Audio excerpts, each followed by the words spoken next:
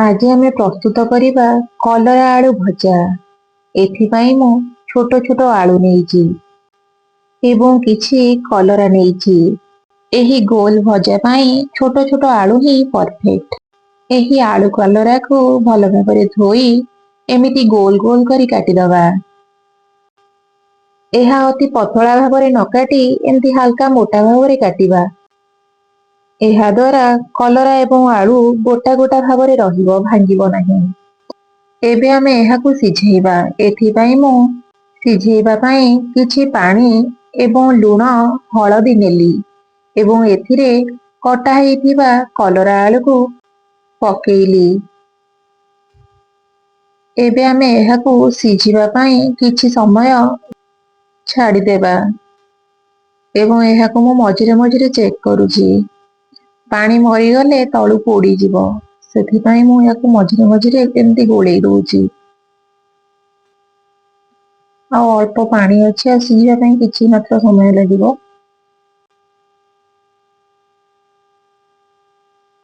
एबे पानी पूरा सुखी गलानी एवं एही परि भाबरे एतिकी सिझिथिबो एटा ठीक भाजिबा पाई, काहेकि ना एहा तेल देकी भाजिबा परे आउ किछि समय सिझी थाए।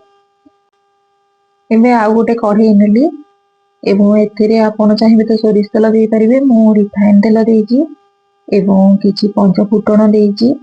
ए फुटण फुटी जिबा परे सिझिथिबा कलरा आलू को देली एवं एहाको आमे मझिरे मझिरे एमति गोळेइबा।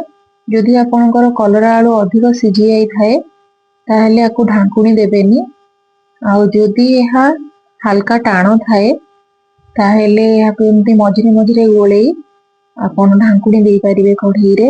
एहा द्वारा भल भाबरे सिझी जिवो, ता सहित पोड़ पोड़ मध्य हेबो।